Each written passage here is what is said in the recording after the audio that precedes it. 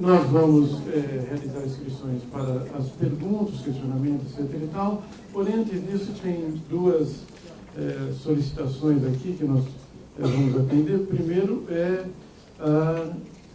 Foi embora? Quem ia falar sobre massacre? Ah, está aqui. Giovanni. Então, primeiro, o Giovanni fala sobre o que ocorreu no México. Vem. Eu não sei se esse microfone funciona. Eu acho que não. Acho que tem que falar aqui, nesse aqui. Depois, o grupo do GPS também vai fazer aqui uma intervenção, ok? Dia 26, agora, né? Vai ser o aniversário de 1 ano do massacre de 43 estudantes no México, que estavam fazendo uma movimentação numa escola, né, no México. Muita gente ficou sabendo, né, tiveram muitas manifestações públicas a respeito disso. Esses estudantes foram capturados e entregues, inclusive, pela polícia local aos narcotraficantes, que depois, até hoje, né, não se sabe bem o que aconteceu, mas se estima que eles tenham sido assassinados.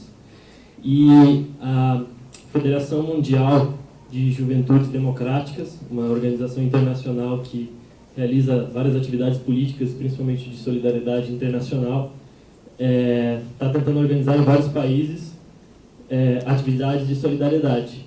E aí, eu, Davi, né, o companheiro, camarada que está aqui, somos membros dessa federação, através da Juventude Comunista Avançando, e queremos convidar todos que tivessem interesse.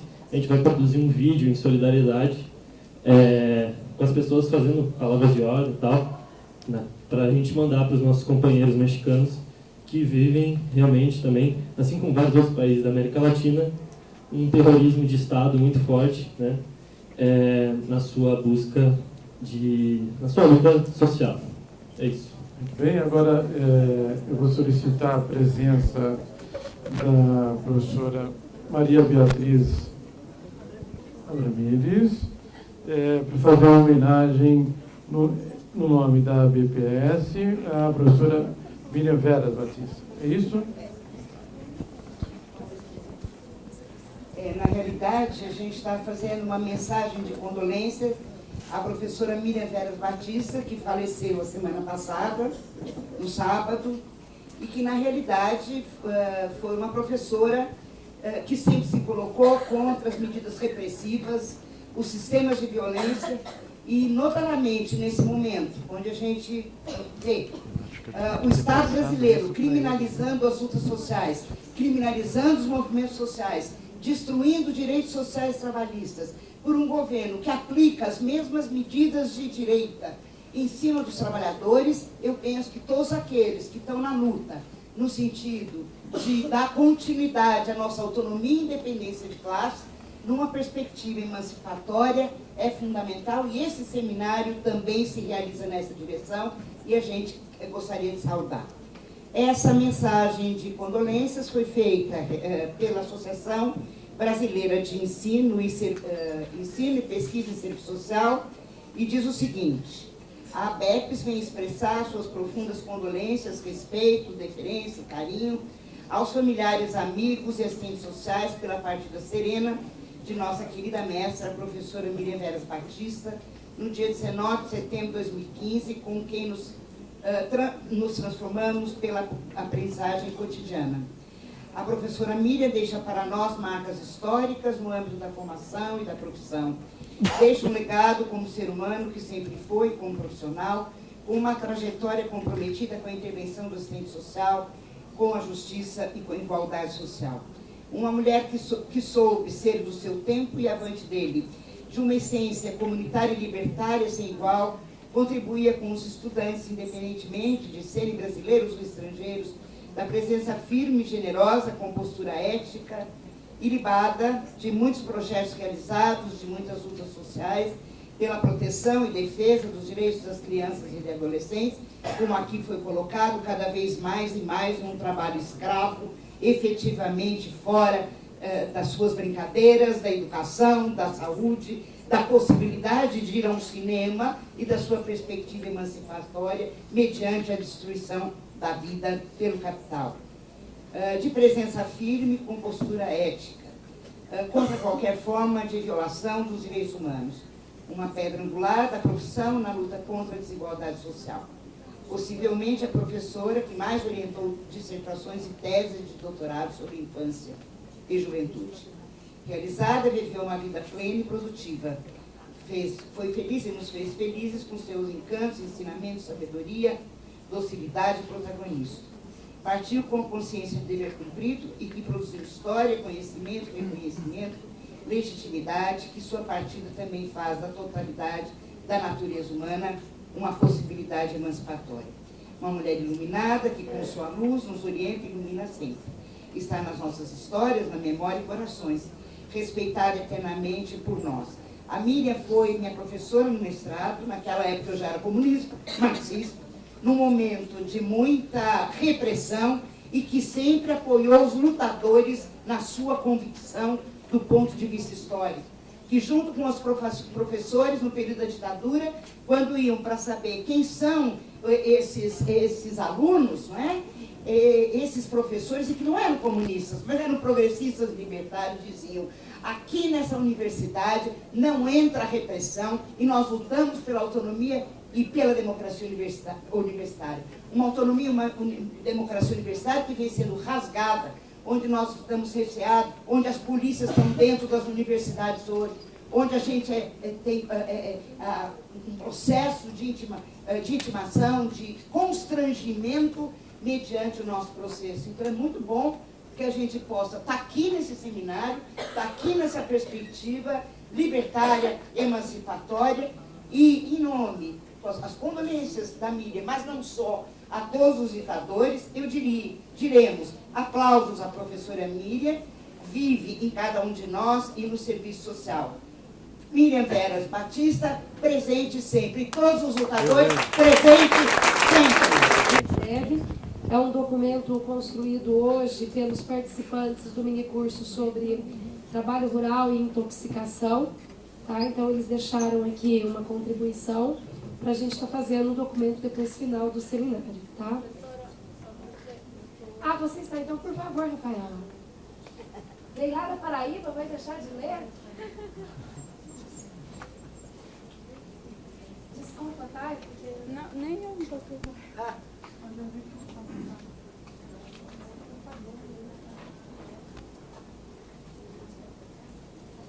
Boa noite, eu sou Rafaela, sou mestranda em Serviço Social lá na Paraíba. Para pensar as metamorfoses do trabalho no campo, a intensificação do processo de modernização, principalmente a partir da década de 1970, com incentivos estatais e os consequentes agravos ao meio ambiente, é necessário associar esses três elementos ao modelo de produção vigente. O atual estágio do capitalismo simboliza o que Mesaros denominou de desenvolvimento destrutivo. Os significativos avanços tecnológicos e científicos trouxeram conquistas somente no ambiente financeiro e produtivo. Já no ambiente do trabalho, que se constata uma intensificação da exploração da força de trabalho, os trabalhadores são descartados facilmente pelo capital e aqueles que permanecem empregados são obrigados a se submeterem às múltiplas tarefas. Em alguns casos, em condições precárias, em outros, com equipamentos de segurança fornecidos pela empresa, que não são adequados para o desenvolvimento de atividades laborais, ficam expostos a produtos químicos e outras substâncias. Temos visto que, sob influência da modernização e da voracidade do capital em obter lucros, sem se preocupar com os trabalhadores, os tem levado ao sofrimento, ocasionados pelo uso abundante dos agrotóxicos. A falta de informação e orientação é vista na maioria da população, sendo esse um dos fatores agravantes que poderiam levar a uma grande redução dos acidentes de trabalho e contaminação pela utilização desses compostos. Outro fator preocupante é a questão das subnotificações dos adoecimentos ocupacionais causados pelos agrotóxicos, pois enquanto os números, os casos, as evidências não aumentarem exponencialmente, tendo em vista a subnotificação expressiva, não haverá subsídios suficientes para se discutir esse assunto fora dos muros acadêmicos. O processo de modernização é restrito, pois não está para a maioria, para o produtor familiar camponês. Está vinculado ao modelo de desenvolvimento destrutivo, que visa o interesse do capital. Esse modelo de desenvolvimento esgota os recursos naturais, atinge os compartimentos ambientais, água, solo e ar, provocando adoecimentos, acidentes de trabalho e toxicidades. As ações de saúde ainda privilegiam o saber científico em detrimento do saber popular, sendo construídos de forma verticalizada. Nesse sentido, as mudanças nas condições de trabalho devem ser consideradas de forma horizontalizada, construídas em conjunto com os trabalhadores. A vigilância em saúde do trabalhador deve se aliar a outros atores, como os movimentos sociais, com o propósito de modificar os ambientes de trabalho em defesa da vida e contra o uso dos agrotóxicos.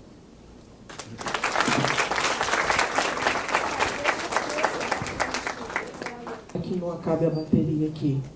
Boa noite a todas e todos. Eu ainda não me apresentei para algumas pessoas. Meu nome é Charles Vieira, eu estou na atual direção do Sindipetro RJ, atuo na Secretaria de Combate às Opressões e esse seminário nós fomos enviados aqui, eu mais um diretor e 2 funcionários da Secretaria de Saúde do Sindipetro, porque a gente tem uma preocupação muito grande com a questão da saúde do trabalhador e especial dos trabalhadores e trabalhadoras terceirizados e terceirizadas. Hoje, o informe que eu tenho para dar é que nesse momento está havendo mobilizações e greves nível nacional na Petrobras, né? Eu acabei de receber um boletim, fui correndo falar com a professora, posso dar um informe, por favor? Então, não, beleza. Então, vamos lá. Bom, o Sindipetro RJ é afiliado à Federação Nacional dos Petroleiros, a FNP, que rompeu com a FUP, né, por questões políticas, principalmente. E a FNP ela se compõe de 5 sindicatos, né? O Sindipetro RJ, o Sindipetro, que a gente chama carinhosamente de latifundiário, que é Amazonas, Pará, Maranhão e Amapá, carinhosamente, porque é gigante a área deles, o litoral paulista, Alagoas, Sergipe e São José dos Campos. Então, em todas as bases desses sindicatos, principalmente em terminais, que têm uma importância fundamental na questão do recebimento, armazenamento e distribuição de petróleo cru e derivados, eles paralisaram. Alguns 100% de paralisações, outros, uma parte, teve setores que o turno houve atraso no rendimento de 2 horas, teve outros setores que não emitiam PT, que é a permissão de trabalho. Eu poderia ler aqui, mas eu acho que vai alongar muito, né? Mas assim, eu estou aqui, né? Mas estou lá, meu coração está lá, e aqui com zika, estou cheio de febre, enfim.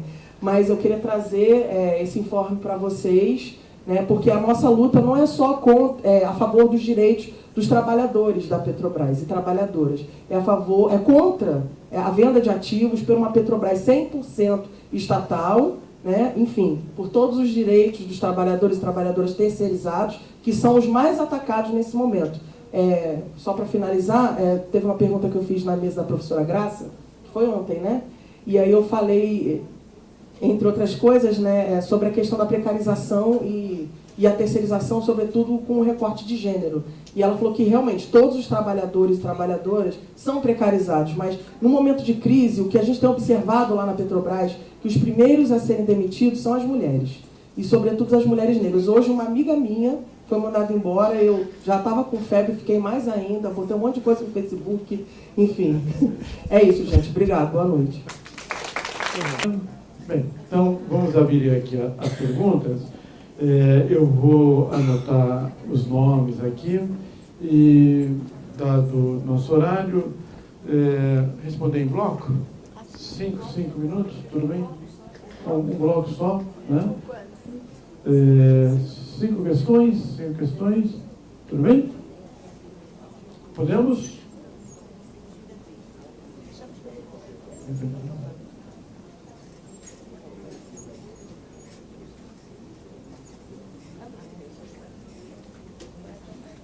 Aberto para as perguntas.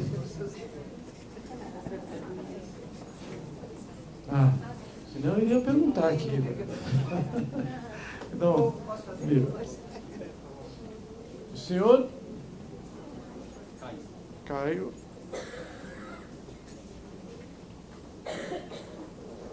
Não, tá.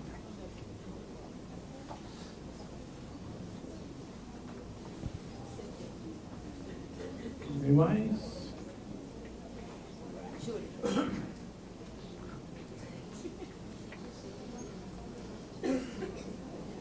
Júlia.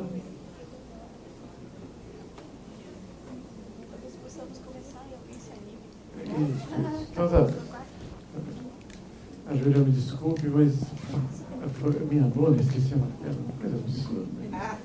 Absurdo, né? Então, começamos contigo, nessa ordem que está aí.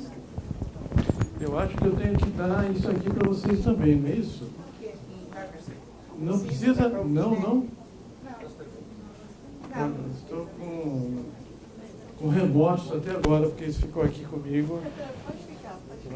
Bom, como na realidade é um bloco e depois a resposta, então eu vou fazer uma pergunta, mas eu queria fazer uma proposta também, para registrar, uma vez que as propostas também estão sendo feitas. Então eu queria aqui também que a gente tirasse, não é, um posicionamento desse seminário contrário, contundentemente contrário à terceirização.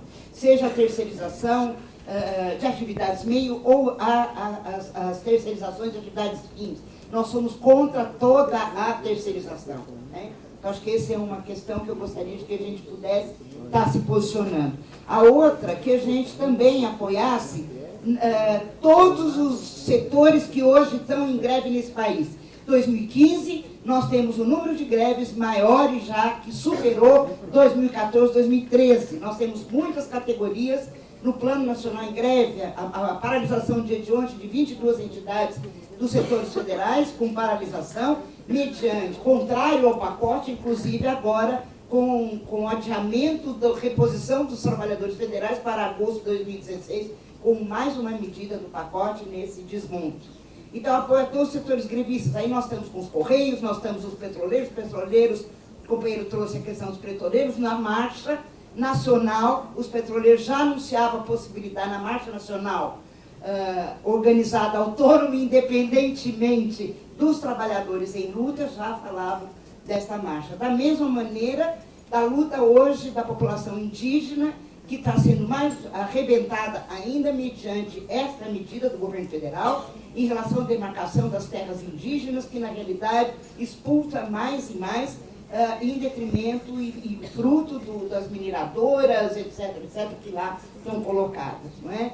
Os previdenciários em greves, os correios em greves, os professores em greves, trabalhadores em greves, funcionários públicos e servidores em greve. Então, defensoria pública, judiciário. Então, nós temos, não sei se eu esqueci alguém.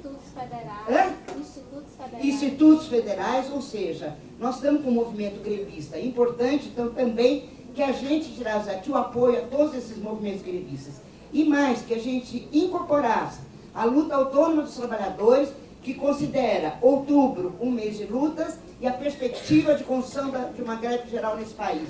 Porque se a gente não avançar na perspectiva de uma greve geral, nós estamos recebendo coerção, repressão, criminalização e medidas de fato que hoje são as mais ortodoxas do ponto de vista do neoliberalismo. Então, que a gente se posicionasse claramente em relação a esses apoios, e eu gostaria de que a gente, de fato, pudesse... Vocês concordam com isso? Podemos? Então, que seja essa medida. Bom, e aí a minha pergunta para vocês, né, daqui, é que vocês falassem um pouquinho, não é? Hoje, dos desafios para a classe trabalhadora, do ponto de vista da autonomia e independência de classe, na perspectiva emancipatória, né?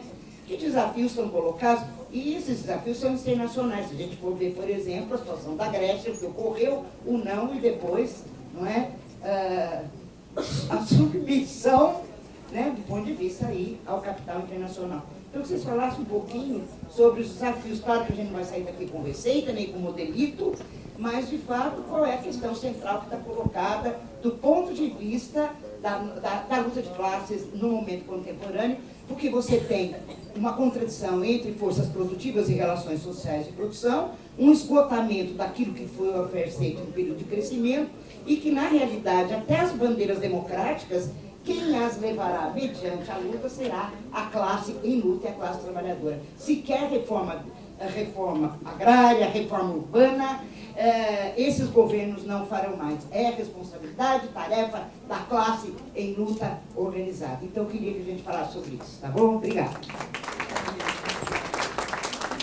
Obrigado pelas exposições da mesa. Tony, fiquei curioso quando você relacionou Taylorismo e Olimpíadas. Taylorismo e Olimpíadas. Se você puder desdobrar isso um pouquinho mais. Natália.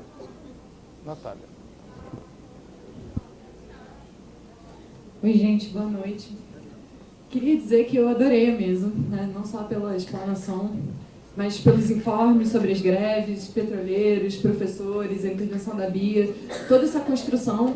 E eu digo por quê, né? Porque eu tive uma angústia ao longo do seminário, que para mim foi muito qualificado, foi importantíssimo, mas que me pareceu discutir o diagnóstico com muita propriedade da precariedade da condição do trabalhador e da escravização e do adoecimento que essa precariedade traz.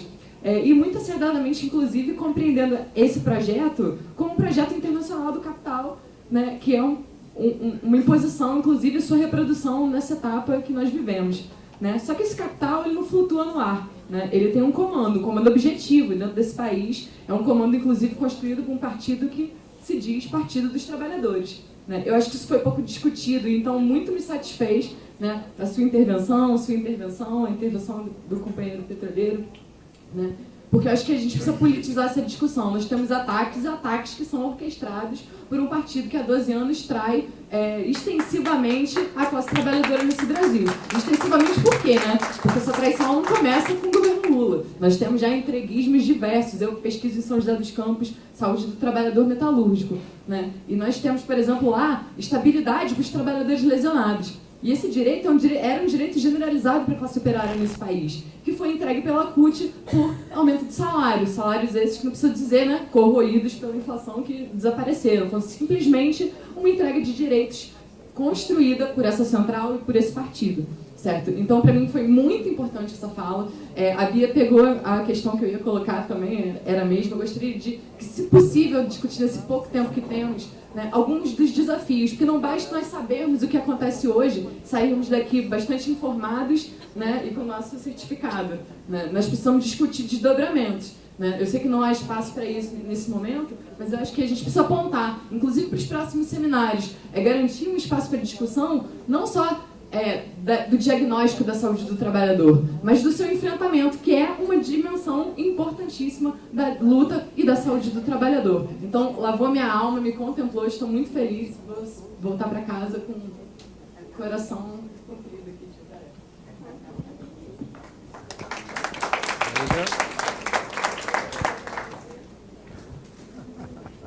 Boa noite, meu nome é Júlia, sou daqui da casa, da Unesp. Estou totalmente contemplada pela fala da professora Bia, pela fala da companheira aqui. Acho que todos nós aqui saímos com o coração acalentado e reforçado em nossas lutas e em nossos propósitos, né? E vou aproveitar a mesa, né? Já tive o privilégio de ter a companhia da professora Sara durante a nossa tarde, então vou dirigir uma pergunta para o professor Antonino. Me chamou a atenção, e é algo que eu gostaria que o senhor falasse um pouco mais, como o senhor estuda a teoria de Lukács, e eu gosto muito de Mesaros, né, que é discípulo, eu sinto um pouco de falta da gente tratar da crítica mais direta ao Estado. Né? Porque essas formas de terceirização e essas formas de entreguismo do patrimônio público ao capital são também formas ilegais, no sentido jurídico da questão. A terceirização é ilegal. Então, lembrando aquele conceito que Mesaros trata de Estado como legalidade, né, que o Estado se comporta como legalidade apenas enquanto é possível manter a taxa do capital. Quando essa taxa de acumulação ela decresce, o Estado pratica a ilegalidade como padrão. Eu queria que o senhor comentasse um pouco sobre isso e sobre esse abandono da crítica generalizada ao Estado, que é algo que a gente tem enfrentado dentro da academia, uma certa resistência. Parece que ou a gente corre para o Estado ou a gente corre do Estado, mas a gente não escala a montanha e supera como a proposta atual do Mesaros. Então, queria que o senhor fizesse algum comentário sobre isso. Então, por assim, terminamos com o Antonino? Sim. Agora falarei pouco. Espera aqui, eu acho que eu vou Sim. Tem, tipo, tem um negocinho aqui.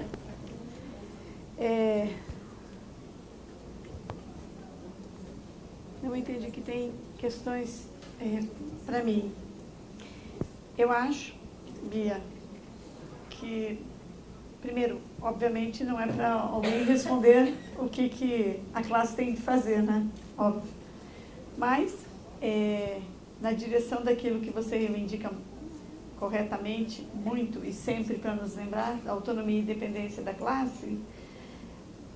Acho que a tarefa é construir um outubro forte, um outubro de lutas, a possibilidade de se construirmos um outubro forte e se construirmos, conseguirmos construir a articulação de todas essas lutas e greves em curso, construir uma greve geral, de fato, né?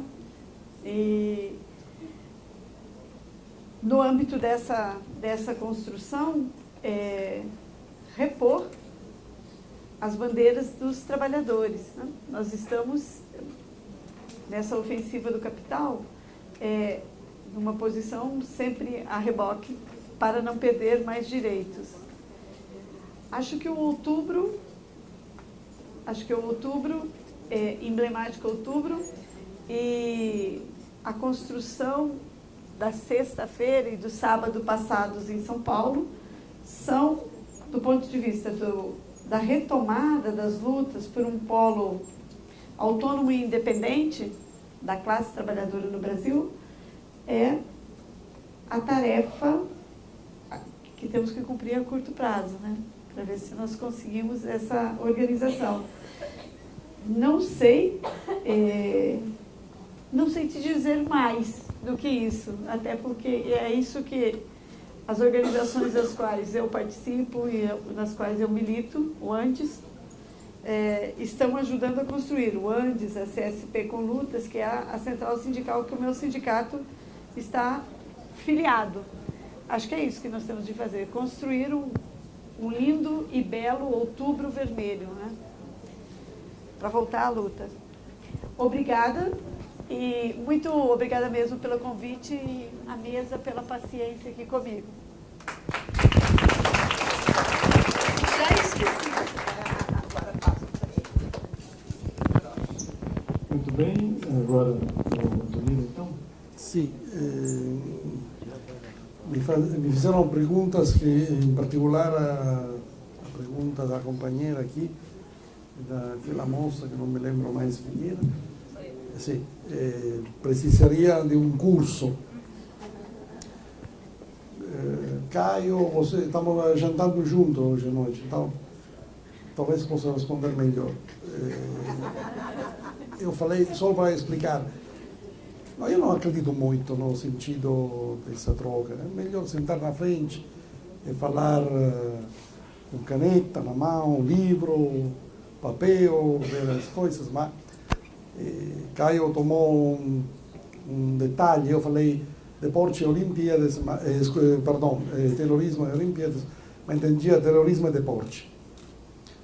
Não tanto a Olimpíadas, porque era uma ocasião para mostrar-se. O deporte é feito de uma parcelização de todo o que seria um partido inteiro. Se vê agora também no futebol isso, mas, repito, no deporte que eu pratiquei como profissional, significa 6 horas por dia, no máximo 3 horas por dia no mínimo, era cortar o partido, que era depois 40 minutos naquela época, em cada gesto, cada acto deportivo. Essa é praticamente a ideia do Taylor. Agora não sei se o Taylor pegou do deporte ou o deporte pegou do terrorismo. Acho que a relação recíproca, a Gemeinschaft entre as duas coisas é dialética. Começou o deporte, talvez o Taylor pegou só o instrumento do cronômetro, o deporte continuou, mas essa coisa vamos discutir na janta. Que fazer? Praticamente a pergunta é essa, não? A sua pergunta é que fazer? Uma pergunta que tem mais que um ciclo, não? E não é fácil. E depois, onde está? Confesso que não conheço muito o pensamento último do Meszaros, porque na Europa praticamente nem aparece, ele publica só em inglês, lá na Europa, e não aparece. Acabo de comprar 2 tomos sobre consciência e sociedade, né? Em português.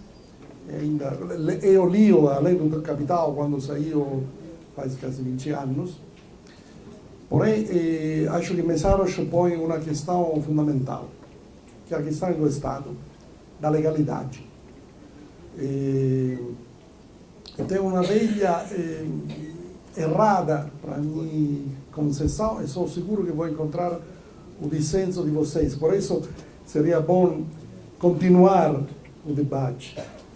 Porque eu, como italiano, como formação de comunista italiano, de marxista italiano, tenho uma formação, além de tudo, lucacciana. Para mim, o sentido que Hegel dava da relação entre cidadão e Estado é essencial. Os Estados somos nós. A classe obreira pensou sempre, com muitas razões, que o Estado era o inimigo, claro. Porque agora, como vocês estão contando, o Estado está declarando guerra aos trabalhadores. Mas, na verdade, acho que muitos de vocês votaram na Dilma. Mas imagino, não creio que o ambiente da burguesia alta votou na Dilma. Onde posso achar eleitores da Dilma, se não aqui? E depois ela traicionou as expectativas dos eleitores. Não vou entrar mais nisso, porque vocês sabem melhor que eu que são brasileiros. Porém, o problema é isso, pensar o Estado que tem que ser ao nosso serviço. Era a ideia do Federico II de Prússia. Bom, essa é a ideia do Estado. O Estado tem que servir a nós. Temos que tomar o poder do Estado. Eu não acho, como fala o Holloway, que podemos mudar o mundo sem pegar o Estado. Não, o poder. Temos que pegar o poder para mudar o mundo. E para deixar uma legalidade que impeça essa barbarização da força de trabalho. Por exemplo, na Argentina, eu morava lá quando começou esse fenômeno da autogestão. É muito interessante. Ele era sustentado pelo Estado, porque naquele momento o Estado peronista era baixo do golpe e ajudava. Por exemplo, tem uma lei italiana sobre a autogestão, quando pegam as propriedades da máfia. Os obreiros, os trabalhadores podem autogestir-se, o Estado ajuda.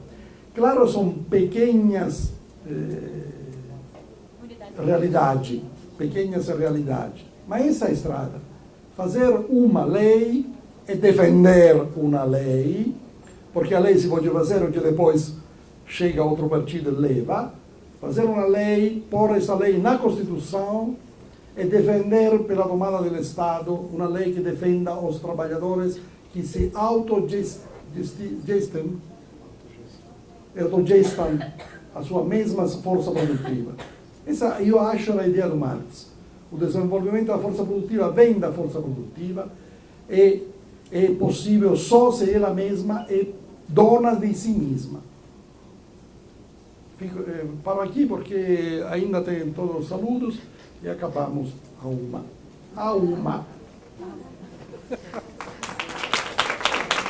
Bem, deixa eu pedir um espaço para coordenação, se eu puder. Eu não deveria fazer isso, né, Bia?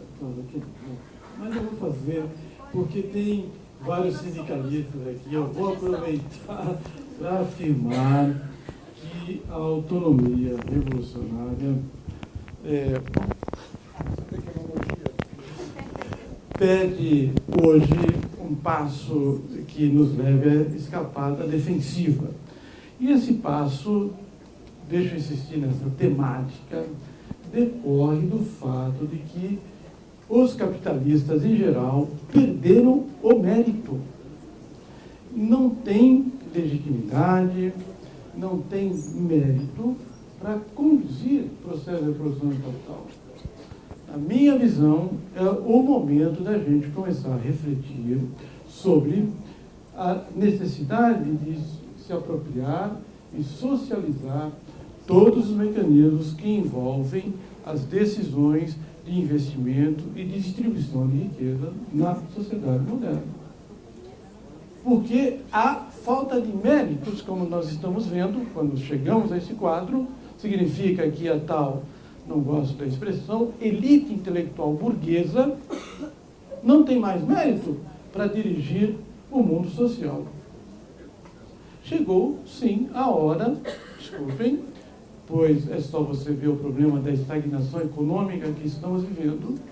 Ela vem e já demora mais do que 35 anos, demonstra a incapacidade que temos de manter a nossa existência social. Não foram isso os dados demonstrados ontem? Essa falta de mérito, por sua vez, é a nossa força. Desculpem, aqui, mas Obrigada. Belém, Mato Grosso, Pará, Goiás. Então, assim, o nosso seminário cresceu muito. É muito difícil conduzir todos os detalhes sem ter uma empresa, né? É muito pesado. E isso só foi possível porque teve uma turma aqui. Então, eu iniciei esse seminário agradecendo a eles. E eu já fico emocionada e vou agradecer novamente, vocês me desculpem, tá?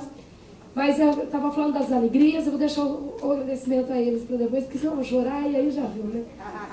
Mas, enfim, as alegrias, então, de receber vocês, tá? Representando aí vários estados, profissões diferentes. Nós tivemos aqui pessoal da fisioterapia, que é a área da saúde biológica, mas também do direito.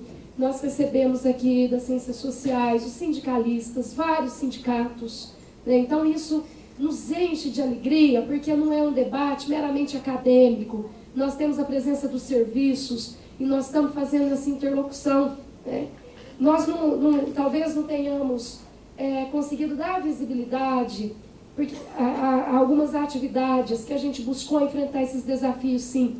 Nós tivemos uma mesa, e eu vou falar disso para ficar frisado que a gente tentou fazer, né? Nós tivemos uma oficina com vários sindicalistas, organizada pela Vera e pelo professor Erval, que foi belíssima, né? E que buscou justamente tratar dessa formação junto aos sindicatos, não só para o diagnóstico da saúde do trabalhador, mas para o enfrentamento dos desafios.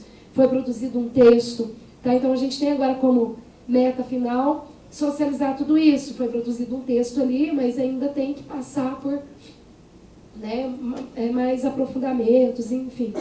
Nós tivemos uma outra mesa com representantes sindicais, que foi a mesa que estava o Dr. Grijalbo Coutinho, que é um desembargador do trabalho, professor Giovanni Alves, né? Então a gente buscou, sim, enfrentar essa questão dos desafios. Agora sempre fica alguma coisa, né? Mesas nos 3 períodos, é muito intensa o programa. O seminário hoje, uma das cobranças que eu recebi em vários momentos é que tem que ser congresso. Eu particularmente nem sei qual que é a diferença, se pesa mais, se pesa menos. Mas não, tem que ser congresso nacional, congresso internacional. 2 personalidades a gente recebeu, né, de outros países, o professor Antonino, a professora Raquel Varela. Então o seminário de fato cresceu, tá? Outra alegria é de poder contar com esses vários profissionais aqui na nossa universidade. Nós usamos textos de vocês, né? A gente usa vídeo, a gente fala de vocês. E aí trazer esses profissionais para o nosso cotidiano aqui, isso para nós é belíssimo, tá? Muito obrigada a todos os nossos palestrantes que foram, assim, muito atenciosos, disponíveis. Tivemos um ou outro impedimento, mas que não foi nem por questões, assim, de não desejo de vir, né, relacionada a isso, mas por impedimentos que todos nós estamos sujeitos. Mas conseguimos aí pessoas, né, companheiros mesmo que vieram nos fortalecer. A Vera já falou do promotor, que eu reforço o nosso agradecimento, o Luzimar, tá, que veio também de última hora, né, o Luzimar França Júnior, e o Chicão, que veio da Frente Nacional contra a Privatização da Saúde, também participar da mesa sobre Seguridade Social, tá? Então, a gente agradece a todos vocês, tá? Quero fazer um agradecimento especial também aos professores aqui da Unesp, que muito colaboraram, né? A professora Raquel Santos Santana, que é presidente da ABEPS, que esteve conosco, nos fortalecendo, a professora Nilda, professora Patrícia, professor Fernando, mesmo distante, né? Quero agradecer aos meus companheiros, a Vera, que às vezes me ligava e falava assim, mas eu estou com dó do você, eu vou para aí. E eu estava no estresse, não dava nem atenção, então quero inclusive me desculpar, tá? Quero agradecer a Cláudia, ao Ricardo. Quem fica aqui tem que estar fazendo mais essa questão da operacionalização, né? Então, um agradecimento especial a todos vocês, a direção da faculdade, ao pessoal aí dos serviços, os técnicos. Tivemos que ter muita dedicação aí para fazer os pedidos via site, né? O dinheiro cai na conta da Unesp, tem toda uma burocracia. Então, agradecer a todos aqueles que ajudaram.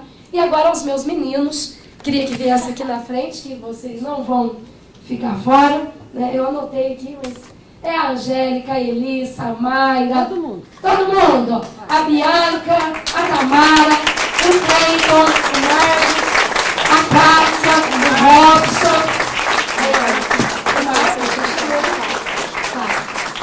Por favor, Elissa, Mayra, a Jéssica, pode vir, por favor. Gente, vem. Bom, e nesse último minuto, então, que vocês possam falar o que significou o seminário para vocês. Vocês têm direito à voz, a gente pode não falar. é só trabalhar. A Cássia vai falar. Vamos falar. Não precisa ser por representante, pode Traz, trazer. meninas, pode trazer. Ó, gente, a gente queria agradecer também a presença de todos. A gente tentou fazer aí ao máximo, espero que tenha atendido as expectativas. E a gente quer agradecer também a todo o pessoal que esteve aqui. E a gente quer fazer um agradecimento especial à professora Edivânia, que... Não vamos chorar.